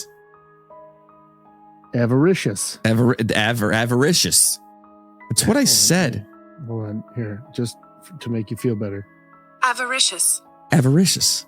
I don't think I've ever heard that word before. Having or showing an extreme greed for wealth or material gain. Avaricious. You guys learned something. So do we. So all you greedy motherfuckers out there, you're all avaricious. You're avaricious as fuck. Yeah, that's why I don't have anything. So you're not avaricious. Oh, no, I am. I just don't have anything. Oh, okay. So in ancient times, Okon Island was ruled by a powerful and ruthless leader named Kotal Khan. Really? He was known for his cruelty and despotic rule among his vast collection of horses. What's that all about? Because Kotal Khan is actually a character in Mortal Kombat. Who is? Kotal Khan. Kotal Khan is a character in Mortal Kombat. Swear to God. No, it's not. Swear. Look it up. What? How do you spell it? Kutulkhan. And make sure you guys are checking out the other podcast, Generation AFK, where I play video games and suck at it. What is it? K-U-T what? Kutulkhan. Okay. Listen, it could actually be a real person, by the way. I'm just saying it is from that game. So among his vast collection of horses was a mare named Quinta, which was given to him as a ransom for the release of a captive prince. The prince had noted that Quinta was a descendant of a legendary mare that had given birth to an exceptional foal. True to the prince's words, Quinta gave birth to an unusual foal, which was unlike any other horse in the herd. The foal had a mass differently, but you're right. Yeah. Yeah. It's K-O-L or K-O-T-A-L, right? Yep. Yeah. Yeah, you're right. Mortal Kombat X. Yes. So he's in one of the newer ones. Yeah. It was the last game. Anyway. So this foal he's talking about here has a massive head, a small trunk, and legs resembling those of a pig. What the fuck kind of horse is this? Apparently a fucked up one. And eyes that were cold and motionless like those of a snake. What? I mean, if you look like that, that's probably what your eyes would be like. Just standing around like, goddamn motherfuckers. Say something. Say something. This is what I have to work with. The Khan's herdsmen were alarmed by the foal's appearance and reported it to their master. Yeah. The Khan ordered that. See this motherfucker, yeah. Dude. Hey, boss. We got this is fucked up. I think Billy's been fucking with the sheep. I think Billy took one of the horses and went to Lake Bukaki, and now we got this motherfucker, is what I'm saying. Some shit's happening here. So the Khan ordered that Quinta and her offspring be separated from the herd and watched carefully. As time passed, the foal's head grew even more massive, and its body and legs shrank even further. So it's just becoming a fucking head. It's a bobblehead. Its eyes were once cold and motionless, had now become fiery and fierce, like that of a red-hot arrow. Yeah, he's all pissed off now. Of course. What the fuck? The foal consumed a lot of food, leaving nothing for its mother Quinta, who eventually died. Yeah, should have had such a fucked up animal. All I see is just a big-ass horse head with weird fiery eyes and itty bitty little legs. just itty bitty little baby legs. Just look at me. He doesn't go me. He goes me. Me. Meh. Meh. So fucked up. So the Khan was furious when he learned of Quinta's death and demanded to know the foal's name. The herdsman replied with a single word: mare's head. Okay. The Khan ordered that the foal be watched even more closely. Keep an eye on that motherfucker. However, when the herdsman returned home, a terrible thing happened. Oh. 3 of them were turned into stone statues at the sight of the monster foal, which had caused their petrification with its fiery eyes and wild neighing. Nay. Unlike... You look at it, it's just like, meh. You turn the stone. Only the 4 herdsmen, who was the most intelligent and cunning, managed to survive by using his wit. Okay. I'm too smart for you. That's right. You big head horse with weird legs. When the Khan received news about the fate of his servants from a reliable source, he was filled with fear and anxiety. He immediately called upon all his warriors and promised 100 of his finest horses to the one who could 100 of his finest horses, by the way, to the one who could destroy the notorious mare's head. You know, certainly not including that one. Right, me, that guy. As soon as the shepherd Oladoy heard about this, he saw an opportunity to showcase his bravery and skill. So with great diligence, Oladoy went to the camp of Mare's Head to observe the monster from up close. There, he witnessed an alarming sight. An eagle that had been flying over the dwelling of the foal was suddenly struck by 2 beams from the eyes of the mare's head. He's got fucking laser beam eyes, dude. You've got lasers attached to their freaking heads. Is it too much to ask for fucking giant-headed horses with freaking laser beams coming out of their freaking eyes? I got lasers on their freaking heads. Drink up, folks. So the bird plummeted to the ground, motionless like a lifeless stone. It was then that Oladoy realized that the deadly beams emanating from the eyes of the monster had the ability to turn a victim's eyes into stone. Okay. So it's not like a Medusa thing where you happen to look at her and you turn to stone. No, you get fucking deadly rock beams. There's lasers. Fucking rock laser beams. From their freaking eyes. Stone beams. Right. So the Khan tried every possible method to defeat the monster, from ordering the bravest warriors to shoot at it, to even having the prince, the master of the monster's mother, who wore a Macacius cap to protect his eyes, battle the mare's head. Okay, so he actually had the prince come in and go with his eyes covered, like with his arms out. just swinging like, am I getting him? Are you here? Tell me where he's at. Follow the meh. Keep listening. Do you hear it? Meh. Everybody shh. Meh. There he is. He's over there. Left. Jesus Christ. However, all their efforts were in vain, and the monster only grew stronger. In the end, the Khan, fearing for his life, commanded Oladoy to take down the terrifying mare's head.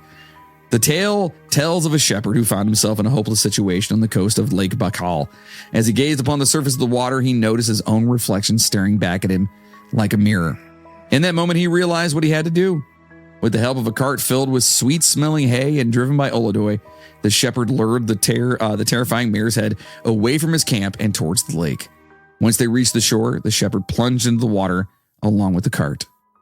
As they swam towards the other side, Mare's Head, this creepy fucker, caught a glimpse of his own reflection in the water. Oh. However, the monster was unable to recognize himself and was overcome with a feeling of malevolence that caused him to turn into a statue of stone. Even the Khan, who was on his way to the water, had been transformed into a stone statue as a result of the monster's malicious gaze. When the shepherd emerged from the water, he was greeted by a stone mound that appeared before him. From that day on, Mare's Head was never able to cause anyone any harm. as he was now a permanent fixture on the coast of Ocon. So there it is. That is the biggest lake in the world that has a lot of crazy shit from, salamander guys. Yeah. Something. And in a big-headed fucking... I don't even... A big-headed mare with fucking laser beam eyes. So it's got a horse head, pig legs, and red eyes that shoot freaking lasers. Wow. So I dig it. There continue to be UFO sightings all over the place near the lake, as well as sightings of strange creatures and even ghosts. Not surprising considering the age and strangeness of the lake in general. Of course, there's going to be, weird shit there because it's old as shit. The request will continue to blur the lines between fantasy and reality. And, but we'll definitely, anything we hear about this, we're definitely going to keep talking about it because it sounds super cool. Yeah, and there are more tales of the unexplained, as well as some amazing ancient legends of the area to dive into. So if you guys want to jump into that, you might as well check it out. If you get into like the native people of the area and like their history and their stories and like their tales and stuff like that, it's really fucking cool. And it's not Lake Bukaki yet. That one's coming. The story of that one's coming soon. But not too soon. It's so gross. We're going to hell. If there is a hell, we're going. All right. So we're talking about the movies. You guys know how we do this now. Holy crap. These are the best sea monster movies ranked. Oh boy. Oh, we're going from 17. All right. You can start at 10. We'll make it quick. We'll go from 17 here. 17, the Meg, the original Meg. I got to admit, it's not a great movie, but it's a fucking awesome movie. It's fun to watch. It's fun to watch. Jason Statham, he has to fight a really big ass shark. It's amazing. Yeah, dude. it is what it is. 16 is 2022 Sea Beast. Is that animated? It looks animated. I don't know. Never seen it. Yeah. It is. I think my kids have seen that. The Oscar nominated, the animated adventure. It doesn't matter. Yeah, my kids. I think my kids like that movie. Oh, dude, this movie was amazing. 1989 Leviathan. Oh, Leviathan's good, dude. What? Why is it number 15? The effects are so good in that. The monster is great. Peter Weller from RoboCop was in that. Yeah. Great movie. Before he was shooting guys in the dick. Yeah. Dude, number 14, Deep Rising. There was an entire, the late 90s, early 2000s, there were so many good just water movies that came out. Yeah. I mean, Deep Rising is amazing. I love this one too. Yeah, it's pretty good. And if you guys haven't seen it, well, it's not number 10, so you're going to have to figure it out. Okay. Number, 13, Cloverfield. I mean, that's like pushing it. Like the only reason they call it, like, you can call it that because he like landed in the ocean and then came out, but he's not really a sea monster. It's all weird. I still don't know how to feel about those. Like, do I like them? Do I not? Like, I absolutely despise found footage movies, so it's just whatever. Yeah, you're not a big fan. Number 12, Gojira. 2014 Godzilla. Love Godzilla and Godzilla movies. I cannot wait to see the new Kong because Godzilla is in it. Did you see the Godzilla -1 or whatever it is? No, I did not see that yet. Is it good? Supposed to be fucking amazing. I heard it's great. Like one of the best Godzilla movies ever made. You haven't seen it? I haven't seen it yet. All right, we got to watch that. Maybe we'll do a bonus episode where we're just talking about it. Getting high and watching Godzilla? Yeah, let's do that. All right, I'm in. Number 11, The Host from 2006. It looks horrible. I've seen that. It's actually really good. Is it? Good. Yeah. Okay. All right. Number 10. We'll start talking about these now. From 2020, Underwater. Never heard of it. Nope. After sitting on the shelf for a couple of years before finally getting an early January 2020 release, Underwater seemed destined to fly under the radar. Though the Kristen Stewart led thriller has she is a horrible actress. I'm sorry. She's the same actress in everything she has ever done. Has the inescapable feel of being sewn together from elements of sci-fi thrillers past. There are a handful of inspired sequences that stand out and make for some fantastic sea monster moments. The most unforgettable of these sequences is the Lovecraftian finale, which gives viewers a high-budgeted rendition of the iconic Cthulhu. Oh, okay. Oh, dude. Number 9, 1999, Lake Placid. Yes. Yeah, absolutely. All day long. Watch this movie, and only for the sheer fucking fact that Betty White's in it. Betty White, dude. And that is it. And dude, she is like, take everything you know about Betty White and think of the exact opposite, and that's how she is in the movie. Yep. And that's the reason this movie is amazing, and it should be way higher up on the list. That's why. It's basically a huge crocodile or alligator, whichever one. I'm not sure 100% which one it is. Say which one it is. Crocodile. So it's a huge croc that's in a lake, and it's eating everybody, and they're coming to figure it out. And then, you know what? I'm not even going to tell you. Betty White has a role. We're going to put it that way. She's great. Just watch the fucking movie. It's worth it just for that. Yes. Number 8, Sea Fever from 2020. No idea. That sounds really lame. Yeah. This Irish. It's Irish. Indie sea monster movie is the debut of director Nuisa Hardman, relying on atmosphere. Sounds more Scottish than shit. I got to roll back. I got to kick back the R a little bit. Hold on. This Irish Indian. Oh my God. I'm kidding. Relying on atmosphere and mounting suspense over special effects and set pieces, Sea Fever is a claustrophobic parasite from the deep tail. I am out. After a trepidatious biologist joins the crew of a fishing vessel, the ship's captain veers them into forbidden territory. What follows is a brilliantly written nightmare with at least 2 scenes guaranteed to make anyone's skin crawl. A film with cult potential. Okay. Sea Fever marks a great showing of potential for its debut director. I've never heard of that one. I might have to check that out. Yeah, that sounds like it's going to give me nightmares. I'm good. I don't like ocean. Yeah, I know. Number 7 is Sweetheart from 2019. Okay, so this one, you've heard of this. I've heard of it, and I saw that it was on this list, so I went and looked it up a little bit. So because they talk about the monster, like the creature. So I wanted to see what it looked like, and it's actually kind of cool looking, but I didn't watch the movie. The picture that they have on here for this monster actually is pretty neat. It's a humanoid sea creature on a deserted island. Yeah. Okay, so it's like an updated creature from the Black Lagoon kind of thing? Yeah, kind of, yeah. Yeah. All right, 2019 Sweetheart. I love when movies, especially dark, like horror movies, have like the most innocent names. Yeah, right? I love that. Plays like a mix of Jaws and Castaway. I'm intrigued. After a young woman is stranded on a tropical island, the quest to survive is complicated by the revelation there is a humanoid sea creature living offshore in a pit on the ocean floor. From the first scene onward, Sweetheart maintains a steadily growing tension that culminates in a riveting final showdown between woman and beast. The film relies heavily on star Kiersey Clemens, don't know who that is, and thankfully Clemens is more than up to the task. All right. That sounds interesting. I might actually watch that. Like I watched a few clips on YouTube just to see the creature and stuff like that. It looks like it'd probably be pretty good. All right, so this one, number 6, Tale of Tales from 2015.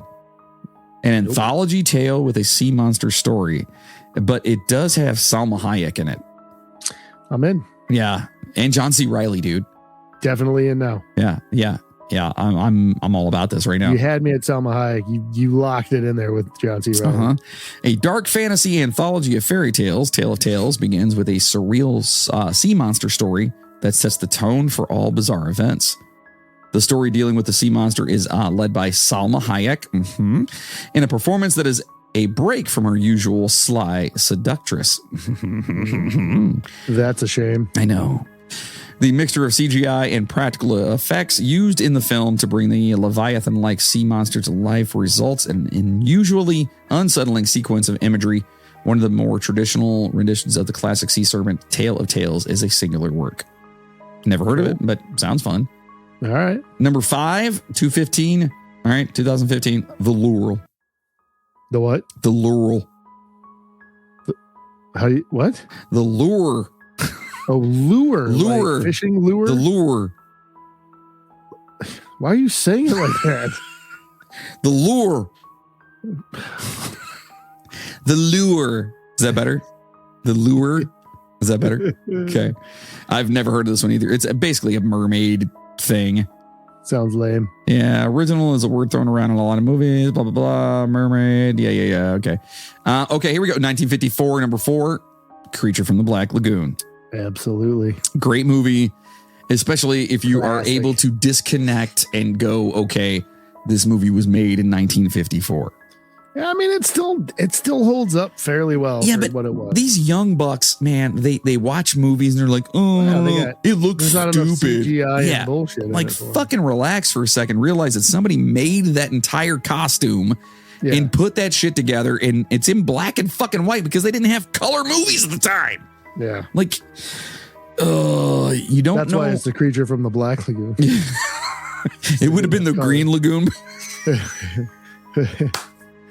But they didn't have it in color, so they're like, well, it's called the fucking Black Oh, Lagoon, that's you know? hilarious. Number 3, The Lighthouse from 2019. Ooh, I don't know this one. That's the one with the dude from that's got Willem Dafoe and fucking Robert Pattinson. Yeah. the dude. Yeah, I have not seen this one. I've heard of it. I want to see this movie. I have. It's the same dude that did The Witch. Okay. Hey, really? I wasn't a fan of The Witch, though. I didn't know. No, okay. I take it back. It's a. I didn't like the end of The Witch. I thought it was all right. I liked it.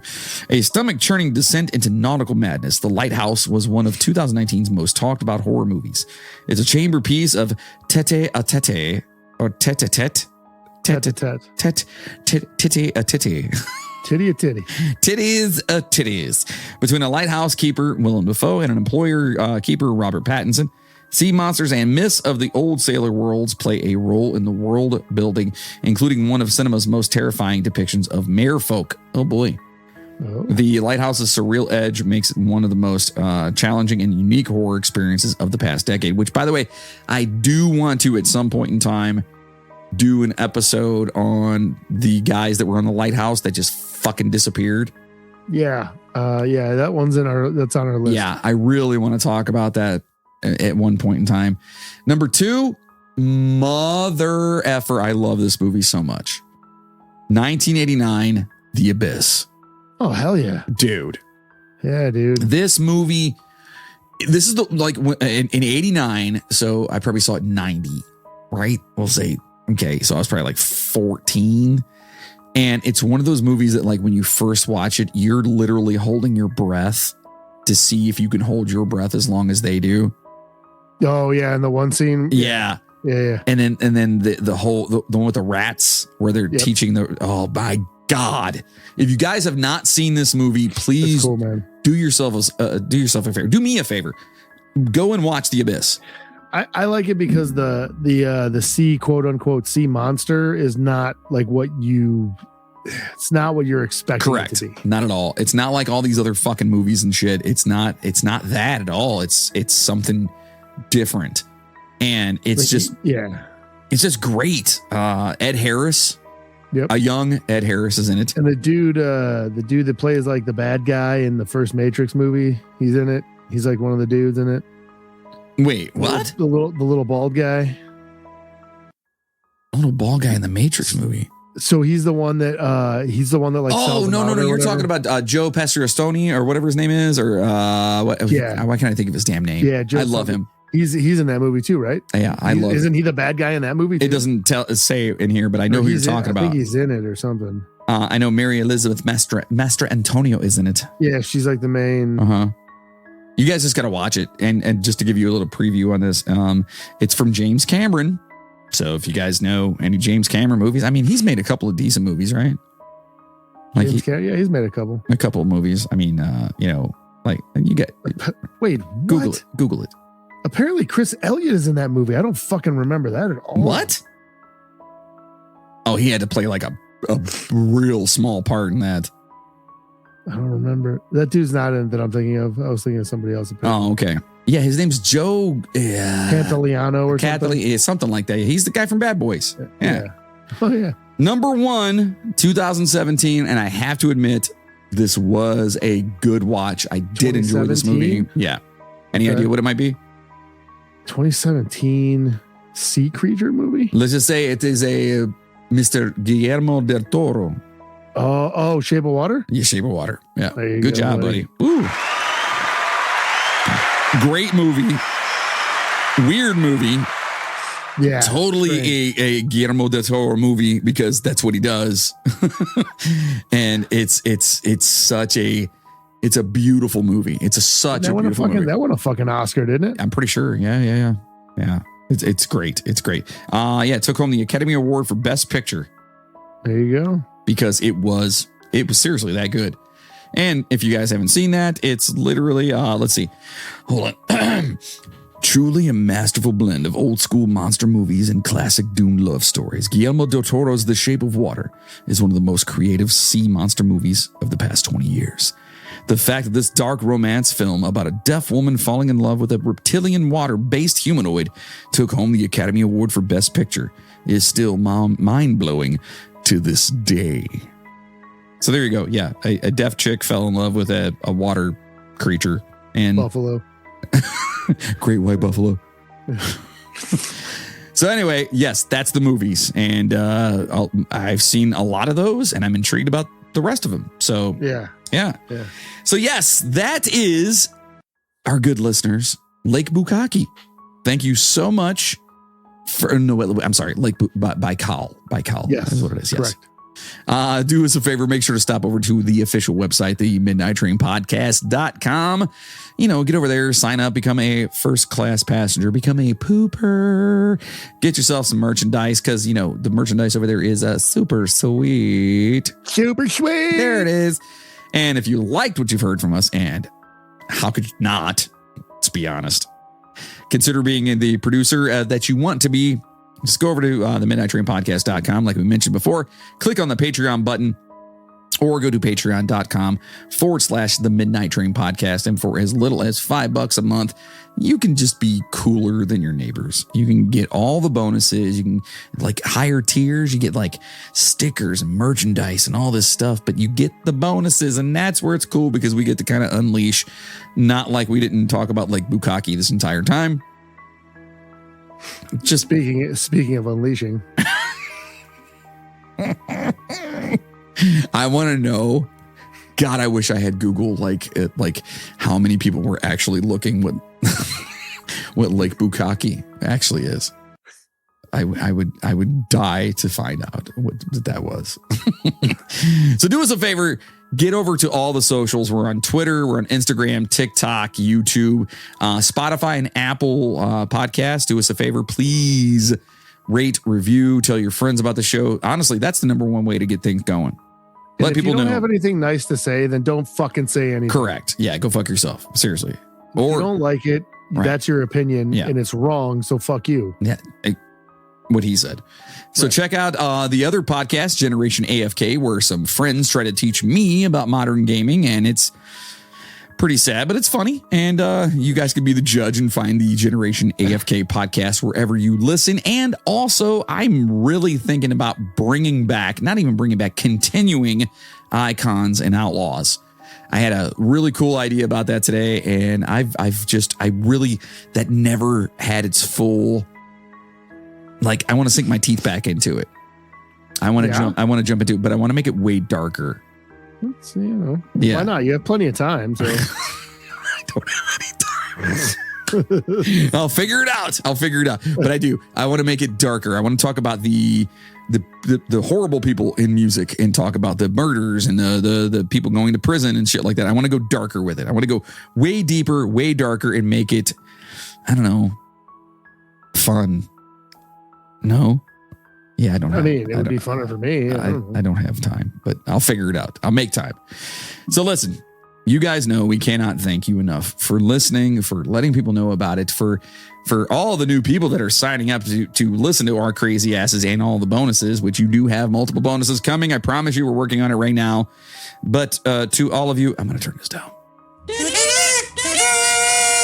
That is so loud every time. That was okay. Usually it's too loud. That was perfect. Yeah, good. A very special thank you to our fearless executive producer, Patreon, first class passengers, you mother fucking poopers. Timothy Moore, Jacob Knoll, Ms. P, Cassandra Fuentes, Jacob Peters, Stoner Babe 69, Tim Karras, Zoe Miller, Tracy Valancourt, I almost said Edger. Speaking of Lake Bukaki.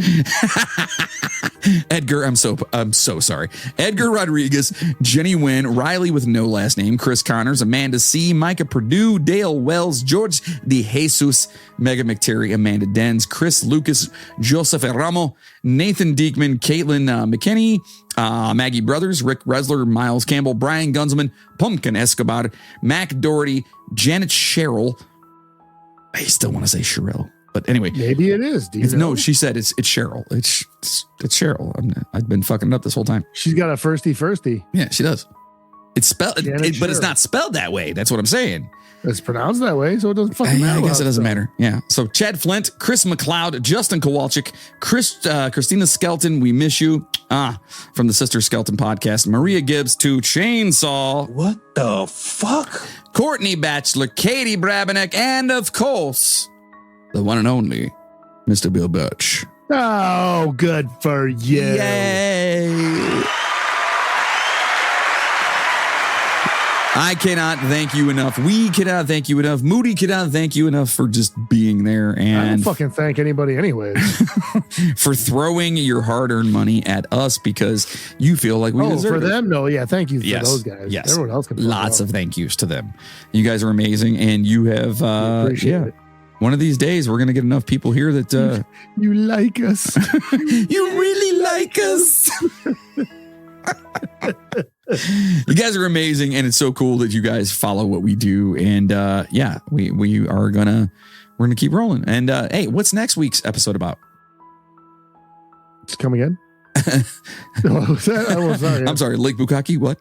No, I'm looking at the top of the thing here, and it says that there's 2 people in the recording, and it says 1 in audience.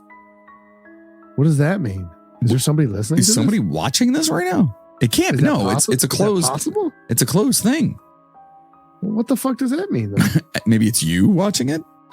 It only has my name and your name under, but it says this guy. Do you see what I'm saying? Yeah, I see it up here at the top. It says 2 people inside, 1 in audience.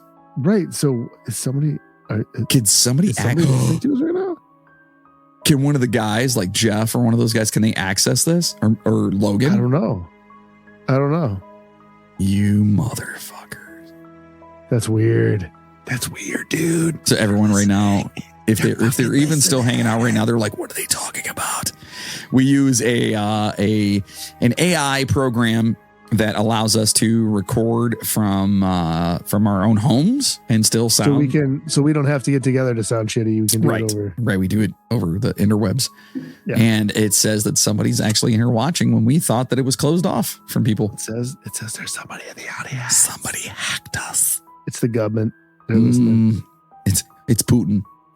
Is somebody talking? He's like, hey, I heard someone say my name. Who is this Midnight Train podcast talk about me, eh? I come to your house, I fuck your face. Speaking of the Russians, did you see that thing that I posted about the Havana syndrome and the Russians? A couple weeks ago? It was like a couple days, it was like maybe a week ago. No, I did not see that. Please explain. It's an article about how they've connected like a Russian assassin squad now with the fucking Havana syndrome. So it's in the group chat, like it's in the group page. Oh yeah, go, dude. It like came up on my thing. I'm like, what the fuck? So they're saying that there's a Russian squad that's causing all these problems. Apparently, it's connected. You guys, to the Russians, if you're still listening, which is one of the things that we talked about. They thought it might be the Russians. Yeah, go back and listen to the Havana syndrome, Havana Unana, and listen to that episode because it's crazy, and I didn't know anything about it until you sent it over to me. Yeah, I had no clue what the fuck that was, and now they're saying that it like legit is the Russians. Apparently, they've linked it to a Russian like assassin squad or some shit. Oh, you motherfuckers! Go back in the group and find it. It's in there. I'll have to look at that. Motherfuckers. Yep. You Russian bastards. Look at you. The only good one is the Yuri. That's it. He is. He's a good guy, that Yuri. And he's working on his space ropes. And as soon as he gets that done, he told me to let everyone know. Like it's gonna be banging. It's gonna be banging. What fucking episode did Yuri start? Way early. You remember? It was the landing on the moon, the faking of the moon. Oh, was it? Yeah. Okay. Yeah. The conspiracy. We're talking way back in like the beginning. That was it was me, you, and Jeff on that one. I think so. Yeah. Dude, I mean, if you think about it, this has been going on for almost 5 years now. I know. Yeah. Yeah, the train's been... Hasn't gotten any better. That's the sad part. All right. In saying that, thank you so much for hanging out. Thank you for being a part of what we do. Stay safe out there, passengers. And as always, choo-choo, motherfuckers! Now go home and get your fucking shine box. Meh.